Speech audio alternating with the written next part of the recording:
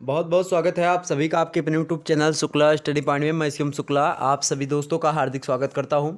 दोस्तों आज का वीडियो बहुत ही महत्वपूर्ण होने वाला है, जो कि ये जो पेपर का नाम है हिंदी का थोड़ा सा डिफरेंट है और ये माइनर में पूछा गया, यानी कि जो माइनर कोर्सेस आपके होते हैं, आपको पता होगा कि जैसे नई शिक्षा नीति लागू हुई तो उसमें मेजर और माइनर दो शब्द मतलब कि दो तरीके के पेपर आपके होते हैं। तो जो मेजर होते हैं उसमें आपको 3 पेपर देने होते हैं, एक वोकेशनल सब्जेक्ट और एक को करिकुलर और एक माइनर सब्जेक्ट। तो इस प्रकार से आपको पेपर को सेट किया गया है इस बार। तो आपको करना क्या है कि जो बीए फर्स्ट सेमेस्टर की अगर मैं बात करूं खास करके, तो वहाँ पर जो है माइनर विषय में एक विषय आपको पढ़ना पड़ेगा। ठीक है, तो वो कुछ भी हो सकता है आपका। तो इसी में अगर मान लेते हैं जिनका हिंदी माइनर में था, उनमें जो कैसे प्रश्न पूछे गए थे, किसी किसी विश्वविद्यालय में जो जैसा पेपर मेजर का था वैसा ही पेपर माइनर का रख दिया गया था, किसी किसी में थोड़ा सा डिफरेंट रखा गया। जैसे कि यहाँ पर देखेंगे, ये पेपर शायद सिद्धार्थ विश्वविद्यालय का है या फिर किसी का है, मतलब सिद्धार्थ का होगा शायद ये। तो ये सिद्धार्थ नगर विश्वविद्यालय का है या फिर किसी और का हो सकता है, जिसका भी होगा आप लोग देखिएगा। तो यहाँ पर देखेंगे पेपर का नाम थोड़ा डिफरेंट था, इसीलिए हमने सोचा कि आपको यहाँ पर बताया जाए। यहाँ पर देखिएगा, हिंदी काव्य से तो प्रश्न पूछे जा रहे हैं यहाँ पे, और साथ ही साथ यहाँ पर काव्य शास्त्र के भी प्रश्न यहाँ पर आए हैं। काव्य शास्त्र कहने का मतलब ये है कि आखिरकार जो रस छंद अलंकार इन सभी का जन्म जो भारतीय परिप्रेक्ष्य में हुआ है, तो उनके आचार्यों के बारे में हमको यहाँ पर जानना था। कौन से जैसे संप्रदाय, रस संप्रदाय, अलंकार संप्रदाय, इन सभी के बारे में भरत मुनि शुरुआत के अपने जो है प्राचीन जो है लाक्षणिक ग्रंथों के जो है रचनाकार माने जाते हैं। और कहीं ना कहीं पे आप देखेंगे तो भरत मुनि सबसे प्राचीन मुनि माने जा सकते हैं, मतलब मुनि के तौर पर नहीं, मतलब पाश्चात्य काव्यशास्त्र की दृष्टि से जनक बोल दीजिए एक प्रकार से काव्यशास्त्र का भारतीय, तो वो उन्हीं को। तो यहाँ पर देखेंगे बीए फर्स्ट सेमेस्टर एग्जामिनेशन 2021-22 का माइनर पेपर हुआ, और यहाँ पर देखें कोर्स कोड जो है यहाँ पर ये दिया हुआ है, और आपको यहाँ पर जो है अपना रोल नंबर वगैरह लिखना था। वहीं आगे देखेंगे पेपर शायद 9 तारीख को हुआ था। टाइम आपको कितने घंटे का दिया गया था, 2 आवर्स का आपको टाइम दिया गया था, नहीं 2 घंटे का पेपर आपका होना था। और मैक्सिमम मार्क्स कितने थे, 75 के ही नंबर के आपके मार्क्स होने हैं। तो अभी ये बात कंफर्म नहीं है कि ये आपका मार्क्स जुड़ेगा या नहीं जुड़ेगा, वैसे जुड़ना चाहिए चूंकि आपका पूर्णांक भी दिया 75 नंबर का है। ओके, तो ये माइनर सब्जेक्ट का लेकिन पेपर आपको देना पड़ेगा। आपकी जिस भी विश्वविद्यालय से अगर आपकी परीक्षा नहीं हुई तो आपके लिए लेक्चर बहुत ही महत्वपूर्ण होगा। बाकी और भी विश्वविद्यालय के जो परीक्षाएं हुई हैं उनके पेपर को मैंने ऑलरेडी सॉल्व करवा दिया। अगर आप लोगों ने नहीं देखा तो प्लेलिस्ट में आपको लिंक मिल जाएगी, आप आसानी से देख लीजिएगा। और जो हमारे छात्र छात्राएं सेकंड सेमेस्टर में गए हैं उनको लेकर के हमने सेकंड सेमेस्टर की जो एक प्रकार से वीडियो है, यानी जो सेकंड सेमेस्टर की बात करें जो सिलेबस है उसको हमने डिस्कस ऑलरेडी कर दिया, तो आप उसको भी देख लीजिएगा। Okay sorry. तो यहाँ पर निर्देश वगैरह दिए गए थे, इसको आपको विस्तार से पढ़ लेना था। उसके बाद में यहाँ पर आपको आगे चलना था। यहाँ पर अब हम एक एक प्रश्नों के बारे में आपको बताने का प्रयास करेंगे। पहला प्रश्न आपके समक्ष पूछा गया था कि कबीर के गुरु कौन थे। यहाँ पर देखेंगे 75 प्रश्न लगभग पूछे गए थे। ठीक, ये बात आप ध्यान रखेंगे, और अच्छे अच्छे प्रश्न थे। अब देखेंगे जो मतलब कि सहज प्रश्न थे, कोई कठिन प्रश्न नहीं था। काव्य शास्त्र आपको थोड़ा सा नया लगा होगा, चूंकि हमने पढ़ाया भी नहीं था आपको काव्य शास्त्र क्या है कैसे है।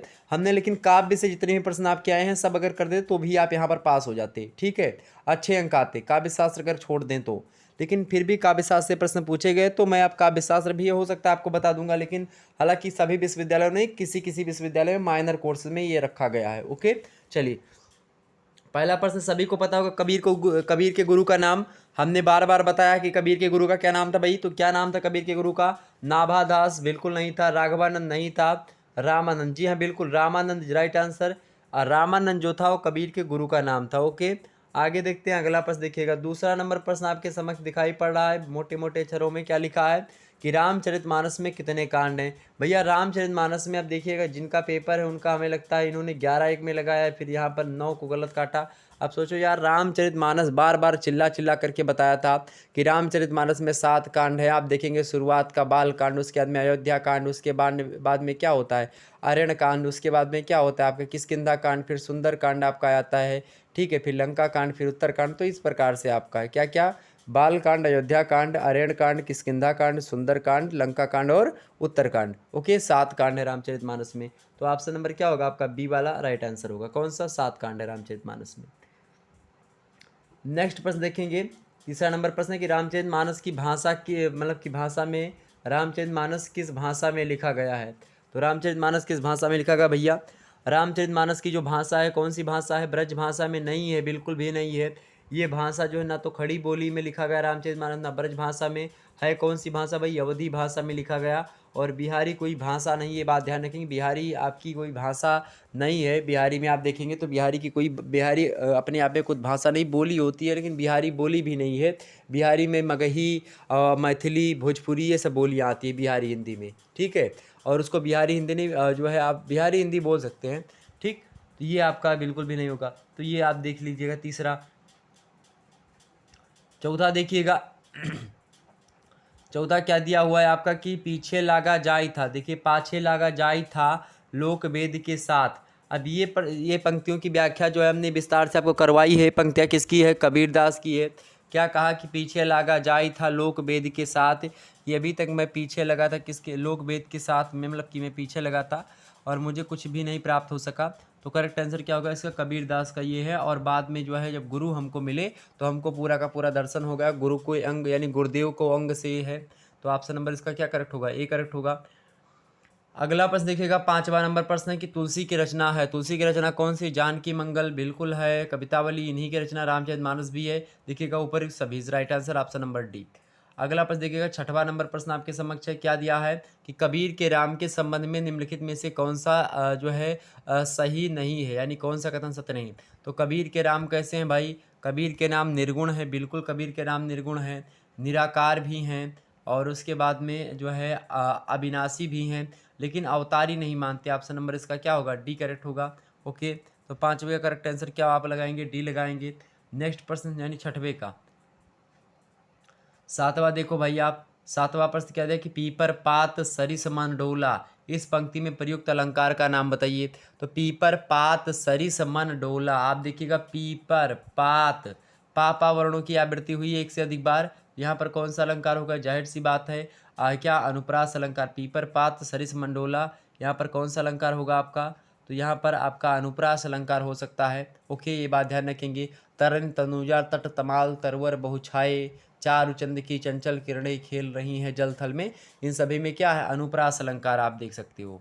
आगे देखते हैं भाई, आगे देखते हैं 8वां नंबर प्रश्न आपके समक्ष दिया हुआ है। बड़ा अच्छा प्रश्न आ गया कि ज्यों ज्यों बूढ़त श्याम रंग त्यों त्यों उज्ज्वल होए। ज्यों ज्यों बूढ़े श्याम रंग त्यों त्यों उज्ज्वल होए। इस पंक्ति के अलंकार मतलब कि इस पंक्ति के अलंकार को बताइए कौन सा अलंकार है भाई? तो इसमें कौन सा अलंकार है? इसमें आप देखेंगे विरोधाभास अलंकार है। कौन सा अलंकार है? तो इसमें आप विरोधाभास अलंकार देखेंगे। क्यों देखेंगे विरोधाभास? क्योंकि ज्यों ज्यों बूढ़त श्याम रंग, यहाँ पर श्याम रंग जो है जिस तरीके से डूब रहा है उसी प्रकार से आप देखेंगे कि त्यों त्यों उज्ज्वल हो, यानी कि काला और गोरा जो कि एक दूसरे के अपोजिट हैं और दोनों को एक ही पंक्तियों में बताने का प्रयास किया गया। और जब भी मतलब इनमें देखेंगे विरोध का थोड़ा सा भाव आ रहा है कि हाँ थोड़ा सा उल्टा सीधा, आप समझ रहे हैं ना, नीचे ऊपर, तो ये सब विरोधाभास शब्दावली है। तो इसी प्रकार से जब किसी कविता में क्या होता है, फिर किसी पंक्ति में विरोध की बातें चल रही होती हैं किसी दो पंक्तियों के बीच में, तो उसी में वही विरोधाभास अलंकार की उत्पत्ति स्वतः हो जाती है। अगला प्रश्न देखेंगे 9वां नंबर प्रश्न है कि निज भाषा उन्नति है सब उन्नति को मूल, और बिन निज भाषा ज्ञान के मिटे नहीं को सूल। यानी ये पंक्तियाँ कौन सी है? ये पंक्तियाँ किसने लिखी है? इस पंक्ति की व्याख्या हमने बताई थी कि निज भाषा उन्नति है। निज माने होता है अपनी, भाषा माने भाषा, उन्नति माने आगे बढ़ती है, आय माने है। सब उन्नति को मूल, सब उन्नति के मूल। अगर आपकी निज की भाषा यानी खुद की भाषा जो है मातृभाषा है उसकी उन्नति होगी तो सभी उन्नतियों की जड़ है, यानी कि सभी उन्नति होगी, सब प्रकार से आपकी उन्नति होगी।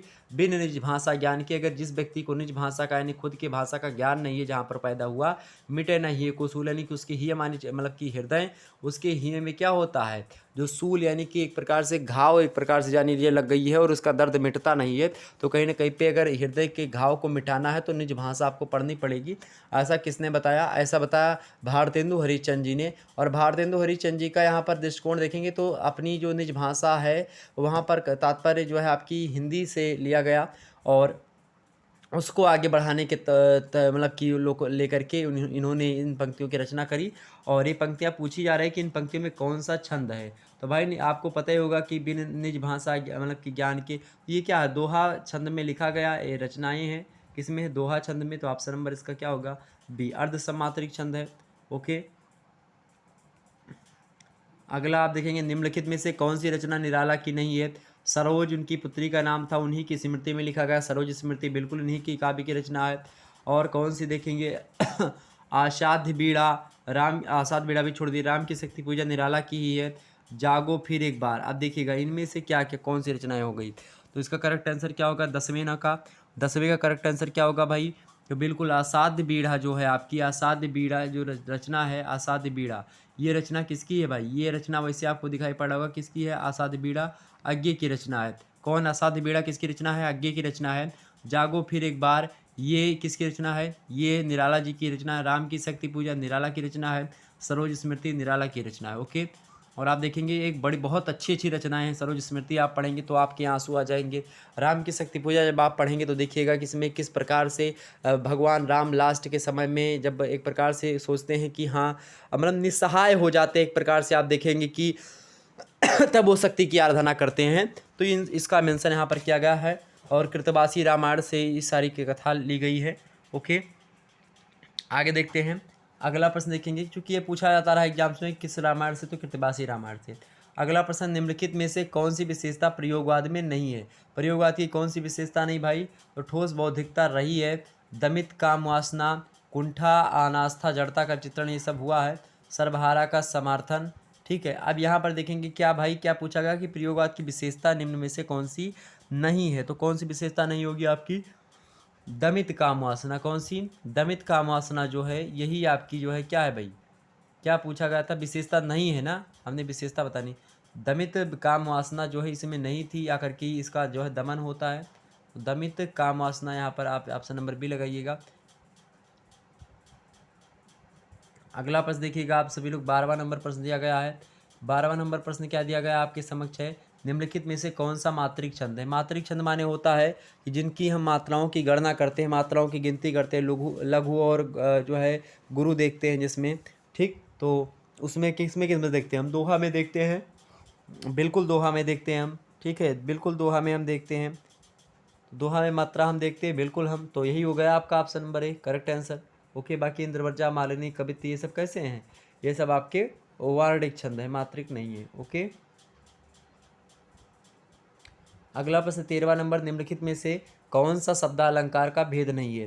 निम्नलिखित में से कौन सा शब्दालंकार का भेद नहीं, 13 में करेक्ट आंसर क्या होगा, तो मानवीकरण जो है ये शब्दालंकार का भेद नहीं है। बाकी अनुप्रास, यमक और आप देखेंगे श्लेष, ये सब क्या हैं, ये सब शब्दालंकार के क्या हैं, भेद हैं। और मानवीकरण जो है ये नहीं है, ये अर्थालंकार का द्योतक है। अगला प्रश्न 14वां नंबर प्रश्न देखिएगा। 14वां नंबर प्रश्न है कि बीभत्स रस का स्थायी भाव क्या है, तो सभी को पता होगा जुगुप्सा। बीभत्स रस का स्थायी भाव क्या है, जुगुप्सा। ओके, ये बात ध्यान रखेंगे। ऑप्शन नंबर क्या होगा, बी ऑप्शन। अगला प्रश्न देखिए, 15वां नंबर प्रश्न आपके समझ दिया हुआ है कि अज्ञे द्वारा संपादित पुस्तक कौन सी है, तो सभी को पता होगा तार सप्तकों का प्रकाशन अज्ञे ने किया था। कब किया था, 1943 में प्रारंभ किया था। चार तार सप्तकों का प्रकाशन अब तक हो चुका। आगे देखते हैं अगला प्रश्न 16वां नंबर, फिर उन्हीं को लेकर के, बावरा अहेरी, ये समझ रहे हो आप किसकी रचना है, समझ रहे हैं ना, बिल्कुल अज्ञे की रचना है। हाँ, बावरा अहेरी किसकी रचना है, अज्ञे की रचना है। ये भी देखिए सारा का सारा प्रश्न आपका मिल रहा है और सब हमने बताया, कोई बोले बस यही छोड़ दीजिए रस छंद जो है अनुप्रास वगैरह का, ये सब हमने नहीं पढ़ाया था। रस छंद अलंकार कुछ भी नहीं पढ़ाया था, लेकिन आया था सरल ही, कोई कठिन नहीं था। ओके, 17 नंबर प्रश्न है, बिहारी किस प्रकार के कवि हैं, तो बार बार बताया रीति सिद्ध कवि हैं। रीतिबद्ध पूछेगा तो केशव दास के बारे में, रीति मुक्त पूछेगा तो घर आनंद जी के बारे में। ये 3 कवि आपके पाठ्यक्रम में भी संकलित हैं। आगे देखते हैं 18वां नंबर प्रश्न देखिएगा। 18वां नंबर प्रश्न आपके समक्ष है कि आचार्य कुंतक ने काव्य हेतु माने हैं। आचार्य कुंतक ने कितने काव्य हेतु माने भाई, तो आचार्य कुंतक ने शक्ति को भी काव्य हेतु माना, व्युत्पत्ति को और अभ्यास से। यानी ये क्या होता है, काव्य हेतु क्या है, काव्य हेतु, काव्य लक्षण, काव्य प्रयोजन, ये सब होते हैं। काव्य हेतु माने होता है कि कौने कारण से, यानी कि किस उद्देश्य से काव्य लिखा गया, यानी कि काव्य क्यों लिखा जाता है या काव्य लिखने का क्या उद्देश्य होए, तो उसी को कहते हैं। तो या तो शक्ति होती है, या तो व्युत्पत्ति, या फिर अभ्यास। ये 3 काव्य हेतु बताए किसने, आचार्य कुंतक मौर्य ने। ऑप्शन क्या लगाएंगे आप, डी लगाएंगे 18वें का। अगला प्रश्न देखिएगा भाई, 19 नंबर प्रश्न आपके समक्ष है, भारतीय आचार्यों ने काव्य की आत्मा के रूप में किसे माना है, तो कुछ विद्वान रस संप्रदाय सिद्धांत को माना, कुछ अलंकार सिद्धांत के प्रतिपादक है, कुछ रीति सिद्धांत को भी मानते हैं। तो क्या होगा ऑप्शन नंबर डी, ऊपर सभी ने माना। ये देखिए प्रश्न बड़ा ही अच्छा प्रश्न है आपके समक्ष आ गया 20 नंबर। काव्यम यस्य अर्थ कृते व्यवहार विदे, क्या काव्यम यस्य अर्थ कृते व्यवहार विदे शिवेतर छत्तये, काव्य प्रयोजन के संबंध में किस आचार्य का मत है? तो ये भाई किसका मत है? ये 20 नंबर प्रश्न का करेक्ट आंसर क्या होगा? मम्मट ने कथन कहा था। किसने? मम्मट ने। Option number A is right answer. अगला प्रश्न देखो, अगला प्रश्न 21 नंबर। कलगी बाजरे की कविता किस कवि की रचना है? कलगी बाजरे की कविता किस कवि की रचना है? तो कलगी बाजरे किसकी भाई? कलगी बाजरे की किसकी है? बिल्कुल अज्ञे जी की, सच्चिदानंद हीरानंद वात्स्यज्ञ की रचना है कलगी बाजरे की। ओके, आगे देखते हैं अगला प्रश्न। अगला प्रश्न देखिएगा 22 नंबर प्रश्न आपके समक्ष है। 22 नंबर प्रश्न क्या है? निम्नलिखित में से कौन सा सममात्रिक छंद है? निम्नलिखित में से कौन सा सममात्रिक छंद है भाई? तो कौन सा सममात्रिक छंद है? चौपाई जो होता है सममात्रिक छंद है। इसमें सभी जो चरण होते हैं बराबर होते हैं। प्रत्येक चरण में 16-16 मात्राएं होती हैं। 4 चरण होते हैं इसमें। ओके, ये बात ध्यान रखेंगे। अगला प्रश्न देखते हैं।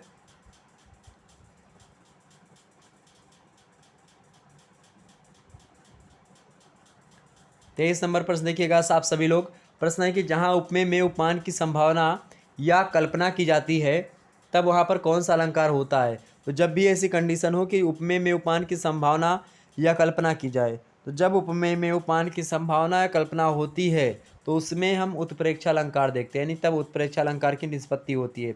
आप मान के चलिए कि उत्प्रेक्षा अलंकार में मनु मानो जन जानो आप देखेंगे तो उपमान से मतलब कि उपमेय की उपमान से क्या की जा रही है? उपमेय में जब हम उपमान की तुलना करते हैं, उपमेय में भी हम उपमान की तुलना करते हैं जब हम, तो उसी को क्या कहते हैं? उसी जब जिस पंक्ति में हम ऐसा करते हैं तो उस पंक्ति में कौन सा अलंकार उत्पन्न होता है आपका? उत्प्रेक्षा।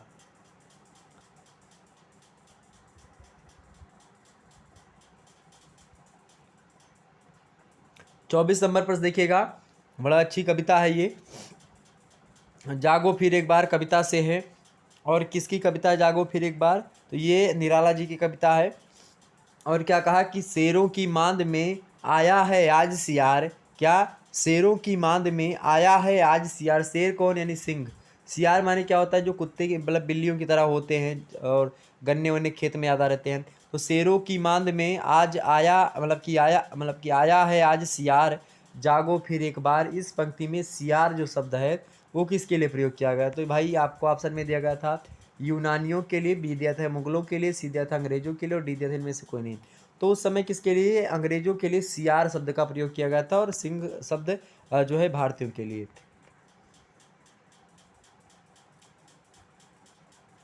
25 नंबर देखिए आप सभी लोग।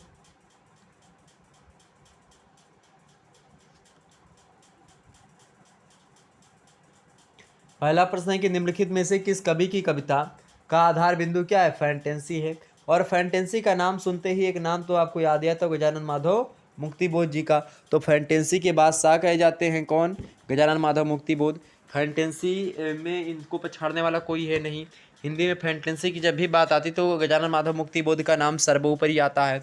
तो आप यहाँ पर डी ऑप्शन लगाइए, मोस्ट इंपोर्टेंट है, बढ़िया प्रश्न था। अगला प्रश्न वहीं पर देखिए, मिलान को लेकर के प्रश्न किया गया कि निम्नलिखित में से एक सुमेलित नहीं है उसका चयन कीजिए। अब देखते हैं भाई, धारा एक में दिया हुआ है धारा, एक में दिया हुआ है कवि। अब देखिए धारा और एक कवि, ठीक है। अब मिलान किया जाए तो पहला दिया है क्या? ज्ञान मार्गी धारा।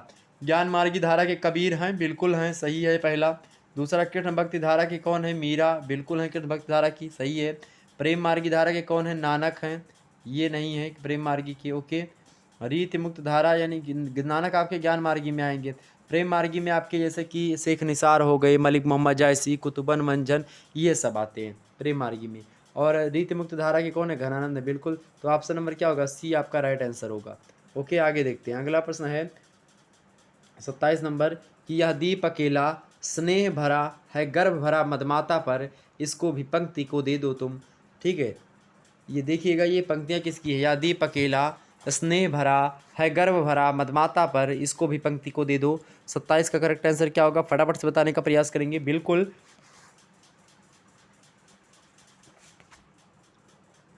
ये पंक्तियाँ किसकी है? अज्ञे जी की हैं। ऑप्शन नंबर इसका भी करेक्ट होगा। 28 प्रश्न देखो भाई, 28 नंबर प्रश्न देखिएगा, अज्ञे का पूरा नाम क्या है? अज्ञे का पूरा नाम क्या है भाई? अज्ञे का पूरा नाम क्या है? सच्चिदानंद हीरानंद वात्स्ययन अज्ञे। ये कहाँ पर लिखा हुआ है? यहाँ पर देखें डी वाले में, सच्चिदानंद हीरानंद वात्स्ययन अज्ञे, ये पूरा नाम है। ऑप्शन नंबर इसका डी करेक्ट होगा।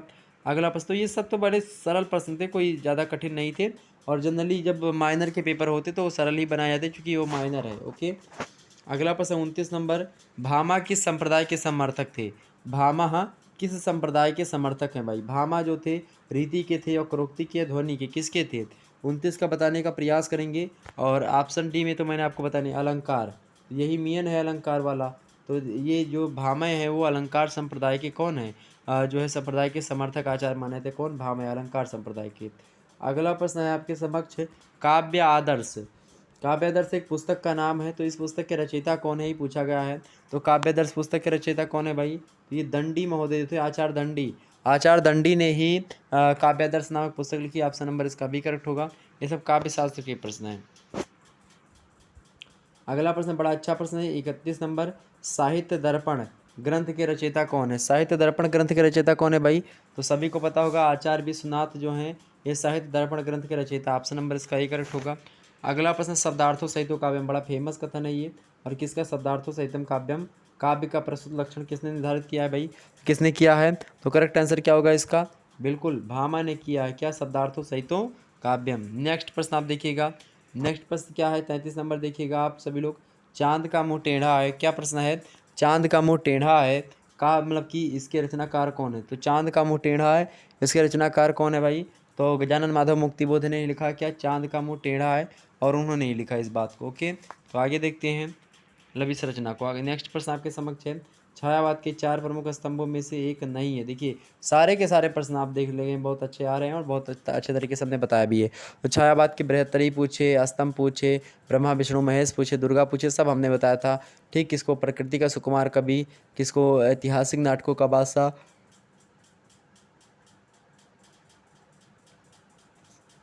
या इसी प्रकार से जो अन्य बातें हैं क्या क्या कही जाती हैं। तो छायावाद के 4 प्रमुख स्तंभ कौन कौन? प्रसाद, पर निराला और महादेव वर्मा। तो प्रसाद तो हो ही गए आपके, पंत हो गए, निराला हो गए, बच्चे कौन यहाँ पर? अज्ञे। अज्ञे नहीं है। ओके, अज्ञे प्रयोगवाद के प्रवर्तक माने जाते हैं। ऑप्शन नंबर इसका क्या होगा? डी करेक्ट होगा।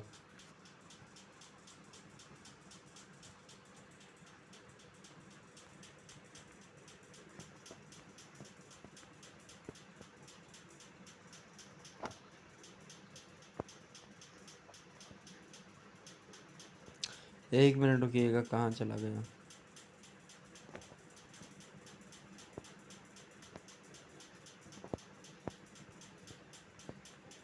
हाँ बस यही वाला था ना। हाँ, 35 वाला देखो भाई, आप सभी लोग 35 वाला प्रश्न देखोगे। 35 नंबर प्रश्न क्या है कि घनानंद रीतिकालीन किस काव्यधारा के कवि हैं? घनानंद रीतिकालीन किस काव्यधारा के कवि हैं भाई? तो किस काव्यधारा के कवि हैं? रीतिबद्ध के हैं? नहीं है। रीतिबद्ध के आपके आचार्य केशवदास, ये सब रीति मुक्त के आपके, बिल्कुल रीति मुक्त के हैं आपके घनानंद, रीति मुक्त धारा के। ऑप्शन नंबर इसका क्या होगा? बी। तो 35 का कौन सा करेक्ट आंसर होगा आपका? बी। ओके, रीति सिद्ध के आपके बिहारी पढ़ेंगे। नेक्स्ट प्रश्न वहीं पर है 36 नंबर, घनानंद किसके दरबारी थे? तो मोहम्मद शाह रंगीले के दरबारी थे। कौन? घनानंद। ऑप्शन नंबर इसका बी करेक्ट होगा। वही नेक्स्ट प्रश्न देखिएगा, 37 नंबर प्रश्न क्या दिया हुआ है? बिहारी के दोहों की भाषा क्या है? तो बिहारी के दोहों की भाषा की बात की जाए तो एक ही रचना बिहारी ने लिखी है, बिहारी सही मात्र एक की रचना बिहारी की है। और इनमें दोहों की संख्या की बात की तो 713 दोहे लिखे हैं इन्होंने। और दोहों की भाषा की अगर बात की जाए तो दोहों की भाषा इनकी कौन सी है? ब्रज भाषा में लिखी है। ऑप्शन नंबर इसका सी करेक्ट होगा। अगला प्रश्न देखिएगा, 38 नंबर प्रश्न है कि आचार्य रामचंद्र शुक्ल के अनुसार रीतिकाल की समय सीमा क्या है? तो आचार्य रामचंद्र शुक्ल के अनुसार अगर रीतिकाल की समय सीमा की बात की जाए तो 1700 संवत 1700 विक्रमी से लेकर के संवत 1900 विक्रमी तक का जो समय काल है ये रीतिकाल का समय है। ओके, और ये आपका आदिकाल का समय है 1050 से 1375। वहीं बात की जाए ये वाला जो समय आपका दिया 1375 1700, ये आपका भक्ति काल का समय है। ओके, आगे बढ़ते हैं। अगला प्रश्न 39 नंबर प्रश्न आपके समक्ष आ गया कि निम्नलिखित में से कौन सी जयशंकर प्रसाद की रचना नहीं है? साकेत जो है यही मैथिली शरण गुप्त की रचना है, बाकी सारी की सारी रचनाएं जो है कहा क्या कि निम्नलिखित में से कौन सी जयशंकर प्रसाद की रचना है? पूछ रहा है ना। साकेत मैथिली शरण गुप्त की ये तो होगी नहीं। कामायनी महाकाव्य यार देखिए सिंपल लिखा है। ओके, ऑप्शन नंबर क्या होगा? बी। अगला प्रश्न देखो, तुलसीदास कृत प्रसिद्ध पुस्तक कौन सी है? तो भाई कौन सी? सभी को पता होगा, श्री रामचरित मानस। ऑप्शन नंबर इसका बी करेक्ट होगा। अगला प्रश्न देखिएगा, चौपाई में प्रत्येक चरण में कितनी मात्राएं होती हैं? तो चौपाई में प्रत्येक चरण के बाद में इसको कितनी पहले चरण होते हैं, कितने 4 चरण होते हैं, प्रत्येक चरण में कितनी मात्राएं, 16 मात्राएं होती हैं। ठीक, इस प्रकार 16 जो को 64 मात्राएं कुल मिलाकर के होती है, तो प्रत्येक चरण में 16 मात्राएं। ऑप्शन नंबर इसका कौन सा होगा? डी वाला करेक्ट होगा। वहीं अगला प्रश्न देखिएगा आप सभी लोग, अगला प्रश्न क्या है भाई, 52 नंबर प्रश्न आप लोग देखने का प्रयास करेंगे। 52 नंबर प्रश्न आपके समझ दिया हुआ है कि चारु चंद की चंचल किरणें खेल रही हैं जलथल में, कौन सा अलंकार है? 42 नंबर प्रश्न, चारु चंद की चंचल किरणें खेल रही हैं जलथल में, कौन सा अलंकार होगा? बिल्कुल हमने अभी भी बताया था, अनुप्रास अलंकार होगा। ऑप्शन नंबर इसका सी करेक्ट होगा। अगला प्रश्न देखिएगा, बड़ा अच्छा प्रश्न आ चुका है, 43 नंबर प्रश्न आप देखिएगा कि रमणीय क्या प्रश्न दिया है, रमणीयार्थ प्रतिपादिका शब्दम काव्यम, क्या रमणीयार्थ प्रतिपादिका शब्द काव्यम, काव्य की उक्त परिभाषा किस आचार्य ने दी है? तो ये परिभाषा किसने दी भाई? 43 का करेक्ट आंसर क्या होगा? किसने दी है परिभाषा? तो ये परिभाषा जगन्नाथ के द्वारा दी। किसके द्वारा? जगन्नाथ के द्वारा दी गई है। ओके, किसके द्वारा? जगन्नाथ के द्वारा। ऑप्शन नंबर इसका सी करेक्ट होगा। वहीं अगला प्रश्न देखिएगा आप सभी लोग, अगला प्रश्न क्या कह रहा है आपसे? अगला प्रश्न आपसे कह रहा है मेरे भाई, 44 नंबर की निम्नलिखित में से कौन सी रचना जयशंकर प्रसाद की नहीं है? मतलब कि जयशंकर प्रसाद की है। निम्नलिखित में से कौन सी रचना जयशंकर प्रसाद की है? तो यामा नहीं है, अनामिका अब ये भी नहीं है, लहर आपका हो गया, लोकायतन तो ये उनका होगा पंत का, तो आप लहर लगाइएगा। ऑप्शन नंबर इसका सी करेक्ट होगा। ओके, वही नेक्स्ट प्रश्न आप देखेंगे, अगला प्रश्न आपके जो है समझ क्या चुक सकता है, कौन सा प्रश्न? बड़ा अच्छा प्रश्न है, 45 नंबर, कबीर की भाषा थी, कबीर की भाषा कैसी थी भाई? 45 का करेक्ट आंसर क्या होगा?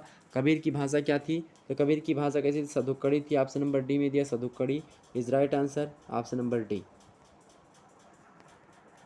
46 नंबर प्रश्न, ध्वनि सिद्धांत के प्रवर्तक माने जाते हैं, ध्वनि सिद्धांत के प्रवर्तक कौन है भाई? ध्वनि सिद्धांत के प्रवर्तक कौन है? 46 नंबर करेक्ट आंसर क्या होगा? तो कौन है? आनंदवर्धन जो हैं, यानी आनंदवर्धन की बात की है तो ये ध्वनि सिद्धांत के प्रवर्तक माने जाते हैं, आनंदवर्धन। और नेक्स्ट प्रश्न है आपके समक्ष 47 नंबर देखिएगा, 47 नंबर प्रश्न आपके समक्ष है, अंतःकरण की प्रश्न क्या है कि अंतःकरण की प्रवृत्तियों, यानी कि अंतःकरण की वृत्तियों के चित्र का नाम कविता है। अंतःकरण की वृत्तियों के चित्र का नाम कविता है। काव्य के संदर्भ में उक्त परिभाषा किस आचार्य ने दी है? काव्य की परिभाषा देते हुए ऐसा किसने कहा? तो 47 का करेक्ट आंसर क्या होगा? 47 का करेक्ट आंसर क्या होगा? आप देखिएगा ऑप्शन में सी में दिया, आचार्य महावीर प्रसाद द्विवेदी, इन्होंने कहा था। ऑप्शन नंबर इसका सी करेक्ट होगा।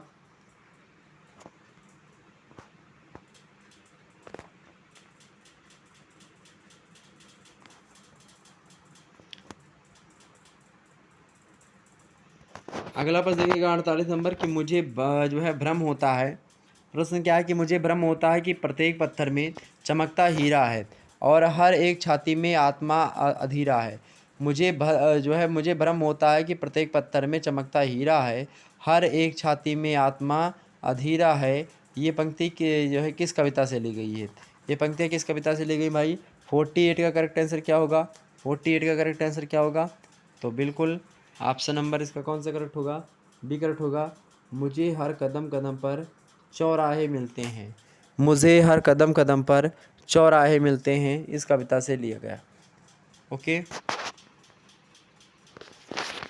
49 नंबर प्रश्न आप सभी लोग देखिएगा, 49 नंबर प्रश्न आपके समझ दिया हुआ है।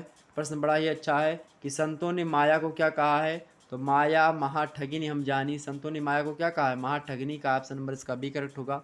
वहीं अगला प्रश्न देखेंगे 50 नंबर, बीड़ा वादनी वर्दे कविता के रचयिता कौन है? तो बीड़ा वादनी कविता के रचयिता कौन है भाई? हमने पढ़ाया भी है, कौन है? निराला जी, सूर्यकांत त्रिपाठी निराला। ऑप्शन नंबर इसका बी करेक्ट, मतलब सॉरी ए करेक्ट होगा। अगला प्रश्न देखिएगा आप सभी लोग, 51 नंबर प्रश्न है कि छायावाद को स्थूल के प्रति सूक्ष्म का विद्रोह, क्या छायावाद को स्थूल के प्रति सूक्ष्म का विद्रोह किस आलोचक ने कहा? तो इसको किसने कहा? डॉक्टर नगेंद्र ने कहा है। ऑप्शन किस में? डी में दिया डॉक्टर नगेंद्र, यही करेक्ट आंसर होगा। तो ऑप्शन नंबर इसका डी, डॉक्टर नगेंद्र ने कहा था। वहीं अगला प्रश्न देखिएगा आप सभी लोग, अगला प्रश्न क्या कह रहा है आपसे? हाँ, अगला प्रश्न आपसे कह रहा है कि जयशंकर प्रसाद किस काव्यधारा के रचनाकार हैं? प्रगतिवाद के, नहीं बिना प्रयोगवाद के, कहाँ के? छायावाद के। ऑप्शन नंबर इसका सी करेक्ट होगा, छायावादी कवि हैं। वहीं नेक्स्ट प्रश्न आप देखिएगा, 53 नंबर प्रश्न आपको दिया हुआ कि बीती विभावरी जागरी, अंबर पनघट में डुबो रही, तारा घट ऊषा नागरी, खग कुल कुल कुल सा बोल रहा, किसले का अंचल डोल रहा, लोह यह भी लतिका भर लाई, आंचल में भरी सुहागरी, जो है बीती विभावरी जागरी। ये पंक्तियाँ किसकी हैं भाई? ये किस काव्य संग्रह में संकलित हैं? तो ये किस काव्य संग्रह में भाई? किस काव्य संग्रह में है? 53 नंबर करेक्ट आंसर क्या होगा? तो ये किस काव्य संग्रह में है आपकी? ये काव्य संग्रह की अगर बात की जाए तो ये लहर नामक काव्य संग्रह में। ऑप्शन नंबर इसका भी करेक्ट होगा। अगला प्रश्न देखिएगा आप सभी लोग।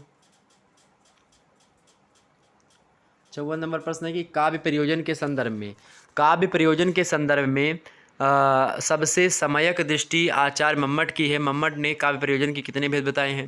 तो मम्मट की बात की जाए तो इन्होंने काव्य प्रयोजन कितने भेद बताए हैं भाई? इन्होंने काव्य प्रयोजन के लगभग 6 भेद बताए हैं। कितने भेद बताए हैं? काव्य प्रयोजन के 6 भेद बताए। ऑप्शन नंबर इसका भी करेक्ट होगा। 3-3 करके इन्होंने बताए हैं। ओके, तीन जो है काव्य प्रयोजन कवियों के लिए, और 3 जो होता 3 कवियों के द्वारा, मतलब कि कवियों के प्रयोजन के लिए होता है काव्य, और 3 जो है पाठकों के लिए। तो दोनों प्रकार से इन्होंने बताया, तो इस प्रकार से 6 हो जाएंगे पूरा। अगला बस देखो 55 नंबर प्रश्न आपके समक्ष है। भारतीय काव्य शास्त्र के प्रथम आचार्य किसे माना जाता है? भारतीय काव्य शास्त्र का प्रथम आचार्य कौन है भाई? सभी को पता होगा, भारत मुनि। ऑप्शन नंबर इसका डी करेक्ट होगा। अगला प्रश्न देखिएगा आप सभी लोग, 56 नंबर प्रश्न देखिएगा। 56 नंबर प्रश्न आपके दिया हुआ है कि प्रथम तार सप्तक का प्रकाशन किस वर्ष हुआ था? तो 1943 में हुआ था। उसके 8 सालों के बाद में लगभग जो है कि दूसरा होता है आपका। ठीक, अगला प्रश्न देखिएगा आप सभी लोग, तो 1943 में हुआ था। अगला प्रश्न देखिएगा 57 नंबर प्रश्न है। जयशंकर प्रसाद का काव्य संग्रह है आंसू, लहर, झरना या फिर उपरोक्त सभी? तो आंसू, लहर, झरना ये सब जयशंकर प्रसाद की क्या है? काव्य संग्रह हैं। आपको बता दूं, जब भी डॉक्टर की इनकी बात होती है जयशंकर प्रसाद जी की, मतलब जयशंकर प्रसाद जी खास करके आप देखेंगे तो इनकी रचनाओं में अधिकतर इन्होंने पानी को खूब महत्व दिया। जैसे आंसू भी पानी है, लहर भी में भी पानी है, झरने में भी पानी। देखिए, ठीक। 58 नंबर प्रश्न देखिएगा। गागर में सागर भरने की कला रीतिकाल की किस कवि की मानी जाती? बिहारी की, हमने खूब बताया था। छंदों का प्रेत केशवदास, खूब। ओके, आगे प्रश्न देखिए, छायावाद के काव्य में कौन सा रस प्रधान है? छायावाद के काव्य में कौन सा रस प्रधान है? 59 करेक्ट आंसर क्या होगा? तो छायावाद की बात की जाए अगर, तो छायावाद में जो है करुण रस भी है, हास्य रस, सॉरी करुण रस, ये आप देखेंगे। तो प्रधानता अगर बात की जाए घनानंद के काव्य का, तो घनानंद के काव्य, छायावाद बोल दिया था क्या? नहीं, घनानंद के काव्य में प्रमुख रस कौन सा है? घनानंद के काव्य में कौन सा रस प्रयुक्त हुआ अधिक मात्रा में? तो श्रृंगार। ओके, ऑप्शन नंबर इसका डी करेक्ट होगा।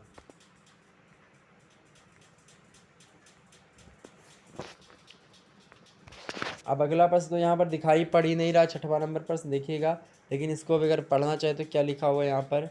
यहाँ पर जो है इसका मतलब आप ले सकते हैं कि जो है जो घनानंद थे उनकी जो पत्नी थी, मतलब उन्होंने अपना रचना का आधार किसे माना? मतलब कि इनके घनानंद के रचना का आधार किसे माना जाता है?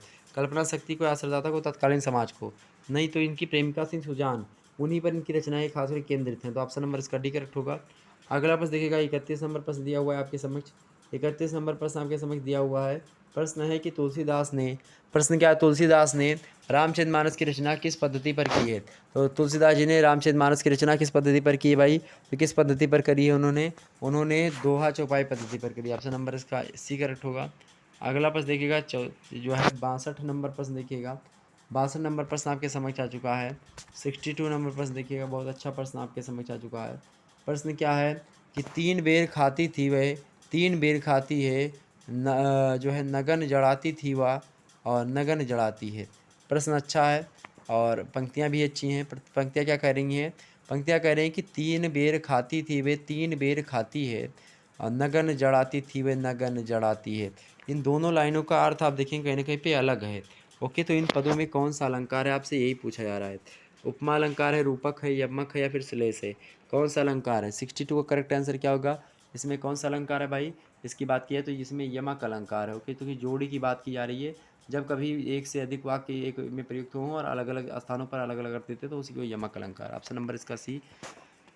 अगला प्रश्न देखिए, 63 नंबर प्रश्न दिया है कि मनुष्य की ही तरह कविता भी मुक्ति, मतलब कि मनुष्य की मुक्ति की तरह कविता की भी मुक्ति होती है। यह कथन किसका है? यह कथन किसका भाई? यह कथन किसका है? तो ये कथन आपका किसका है भाई? तो इसका जो है निराला का है, परिमल का। जब इन्होंने पृष्ठभूमि लिखी थी, मतलब लिख रहे थे कौन? निराला जी, तब उन्होंने इस बात का मेंशन किया था। ओके, उसकी पृष्ठभूमि में। नेक्स्ट प्रश्न आपके समक्ष आ चुका है 64 नंबर। 64 नंबर प्रश्न दिया हुआ कि निम्नलिखित में से कौन सा, प्रश्न है निम्नलिखित में से कौन काव्य हेतु की श्रेणी में नहीं आता? निम्नलिखित में से कौन काव्य श्रेणी के हेतु में, मतलब कि काव्य हेतु में नहीं आता? तो कौन सा काव्य हेतु में नहीं आता भाई? कौन सा नहीं आता है? 64 करेक्ट आंसर क्या होगा आपका ए वाला ऑप्शन, यानी कि उद्भावना जो होता है ये नहीं आता है। अगला प्रश्न वहीं पर देख लीजिएगा आप सभी लोग। 65 नंबर प्रश्न है कि आचार्य रामचंद्र शुक्ल ने किस जो है प्रकार सॉरी किस कवि को लोक मंगल का कवि कहा है। आचार्य रामचंद्र शुक्ला जी की बात की है तो उन्होंने किस कवि को लोक मंगल का कवि कहा है। तुलसीदास जी को कहा। किसको कहा? तुलसीदास जी को। ऑप्शन नंबर इसका बी करेक्ट होगा। उसके तुलसीदास जी को उन्होंने क्या कहा है? लोक मंगल का कवि कहा है। 65 का करेक्ट आंसर क्या होगा आपका? तो 65 का बी वाला ऑप्शन। ओके, तुलसीदास। अगला प्रश्न आपके समक्ष है, कबीर की बाणी का संग्रह उनके किस शिष्य द्वारा किया गया था? धर्मदास के द्वारा। ऑप्शन नंबर इसका सी करेक्ट होगा। अगला प्रश्न देखिएगा आप सभी लोग। 67 नंबर प्रश्न है, नहीं पराग नहीं मधुर मधु नहीं विकास यहूँ काल अली कली ही सौ बध्यो आगे कौन हवाल। ये पंक्तियाँ किसकी हैं? तो ये पंक्तियाँ बिहारी लाल की हैं। और 67 नंबर प्रश्न है ये, और इसका करेक्ट आंसर क्या होगा आपसे पूछा जा रहा है कि ये पंक्तियाँ हैं किसकी हैं पंक्तियाँ भाई? नहीं पराग नहीं मधुर मधु नहीं विकास यही काल। कौन है इन पंक्तियों के रचनाकार? कौन है? बिहारी हैं, घनानंद है, मदिराम है, या फिर और एक ऑप्शन मैं आपको दे रहा हूँ यहाँ पर देखिएगा, भूषण। नहीं पराग नहीं मधुर मधु नहीं विकास यही काल और अली कली ही सो बध्यो आगे कवन वाले पंक्तियाँ किसकी हैं? बिहारी लाल की है। 67 का करेक्ट आंसर क्या होगा? A option. ओके, कौन सा करेक्ट होगा? 68 का, सॉरी 67 का आपका ए। अगला प्रश्न 68 की बात की तो निम्नलिखित में से प्रश्न क्या पूछा गया आपसे? प्रश्न पूछा गया कि बिहार किस राज्य को मतलब कि राजा के, प्रश्न क्या है कि बिहारी किस राजा के दरबारी कवि थे? प्रश्न क्या है? थोड़ा सा वो थोड़ा गड़बड़ दिखाई कम थोड़ा पड़ रहा है, मुझे लगता है चश्मा लगवाना पड़ेगा। चलिए, तो बिहारी किस राजा के दरबारी कवि थे? तो भाई तो सभी को पता होगा किसके थे बिहारी। तो किसके थे? महाराजा मान सिंह के थे या मिर्जा राजा जय सिंह के थे? बिल्कुल, ऑप्शन नंबर बी, मिर्जा राजा जय सिंह के दरबारी कवि के रूप में थे कौन? बिहारी लाल। और इन्हीं के बारे में पंक्तियाँ कही थी इन्होंने। ओके, ये अली कली की है सब बने आगे कौन हॉल, खूब विस्तार से हमने बताया इन पंक्ति की व्याख्या। अगला प्रश्न, निम्नलिखित कवियों में से कौन छायावादी कवि नहीं है? निम्नलिखित कवियों में से कौन छायावादी कवि नहीं है? तो 69 करेक्ट आंसर क्या होगा? Option number C, Maithili Sharan Gupta ji. ये छायावादी कवि नहीं है। प्रसाद पद निराला ये है। महादेवी मतलब कि मैथिली शरण गुप्ता द्विवेदी युग के कवि हैं खास करके। अगला प्रश्न है आपका 70 नंबर प्रश्न है, प्रगतिवाद की समय सीमा क्या है? प्रगतिवाद की समय सीमा क्या है भाई? प्रगतिवाद की समय सीमा 1936 से लेकर के 1943 तक मान सकते हैं आप, क्योंकि 1936 में ही छायावाद समाप्त होता है। उसके बाद में आप देखेंगे तो प्रगतिवाद की वहाँ से प्रारंभ हो जाती है। उसके बाद 1943 तक चलता है, चूँकि 1943 में प्रथम तार सप्तक का प्रकाशन होता है। उसके बाद से प्रयोगवाद की संज्ञा दी जाती है। ओके, ये बात आप ध्यान रखिए। 71 नंबर प्रश्न है, बिहारी सतसई में दोहों की संख्या कितनी है? कितनी है भाई? 713 दो। ऑप्शन नंबर इसका जो है आपका कौन सा? बी करेक्ट होगा। आगे देखिएगा अगला प्रश्न आपके समक्ष है 72 नंबर प्रश्न। देखिएगा सभी लोग फटाफट से एक बार वीडियो को लाइक और शेयर कर दीजिए जितने भी लोग देख रहे हैं। 42 नंबर प्रश्न है कि कबीर किस काव्य धारा के प्रतिनिधि कवि हैं? तो कबीर किस धारा के हैं भाई? प्रेम मार्गी, कृष्ण मार्गी, राम मार्गी के नहीं, राम मार्गी के कौन है भाई प्रतिनिधि कवि? तुलसीदास। कृष्ण मार्गी के सूरदास, प्रेम मार्गी के जायसी, और ज्ञान मार्गी कौन है आपके? ज्ञान मार्गी के कबीर मान सकते हो आप तो। लेकिन यहाँ पर कबीर, हाँ कबीर के बारे में पूछा गया ना, तो कबीर किस धारा के कवि हैं? ज्ञान मार्गी। ऑप्शन नंबर इसका कौन सा करेक्ट होगा? ए वाला। अगला प्रश्न देखिएगा 73 नंबर, निम्नलिखित में से कौन सा अलंकार अर्थालंकार नहीं है? कौन सा अर्थालंकार नहीं, यानी कि शब्दालंकार कौन सा इनमें से? तो 73 का करेक्ट आंसर क्या होगा भाई? वक्रोक्ति अलंकार जो होता है यही आपका है। वक्रोक्ति अलंकार एक प्रकार से अर्थालंकार है, बाकी उपमा रूपक संदेह ये सब शब्दालंकार है। ओके, अगला प्रश्न आपके समक्ष है, शब्द अलंकार अर्थालंकार का मतलब होता है अर्थालंकार यानी कि जिन पंक्तियों के अर्थ को अगर पढ़ें तो उसके बाद में हमको अलंकार की प्राप्ति हो, और ऐसी पंक्तियाँ जिसमें क्या हो, शब्दों के माध्यम से अलंकार लगे, सुशोभित लगे पंक्तियाँ। 74 नंबर प्रश्न है कि कोरो मतलब कि पेसोला की प्रतिध्वनि क्या प्रश्न है? पेसोला की प्रतिध्वनि प्रसाद जी के किस काव्य संग्रह में संग्रहित है? 74 नंबर प्रश्न क्या है कि पेसोला की प्रतिध्वनि पेसोला की प्रतिध्वनि प्रसाद जी के किस काव्य संग्रह में संग्रहित है? कामायनी में है या लहर में या आंसू में है? फिर इनमें से कोई नहीं। करेक्ट आंसर क्या होगा? 74 का करेक्ट आंसर क्या होगा आपका? ऑप्शन नंबर बी, लहर में जो है पेसोला की प्रतिध्वनि प्रसाद जी के काव्य संग्रह में संकलित है ये। वहीं अगला प्रश्न देखिएगा, लास्ट प्रश्न, नाट्यशास्त्र के रचयिता कौन है? नाट्यशास्त्र के रचयिता कौन है भाई? सभी को पता होगा। 75 करेक्ट आंसर क्या होगा? 75 का करेक्ट आंसर क्या होगा आपका? ऑप्शन नंबर सी, भरत मुनि जो हैं ये नाट्यशास्त्र के रचयिता हैं। तो इस प्रकार से आप लोगों ने देखा कि 75 क्वेश्चन आए थे, 75 के 75 हमने आपको बता दिए। ये बता दूं आपको कि सोशियोलॉजी का अगर आपको पेपर देखना, सोशियोलॉजी का मेजर माइनर दोनों पेपर आपका फर्स्ट सेमेस्टर का जल्दी आपको दे दूंगा, ठीक है।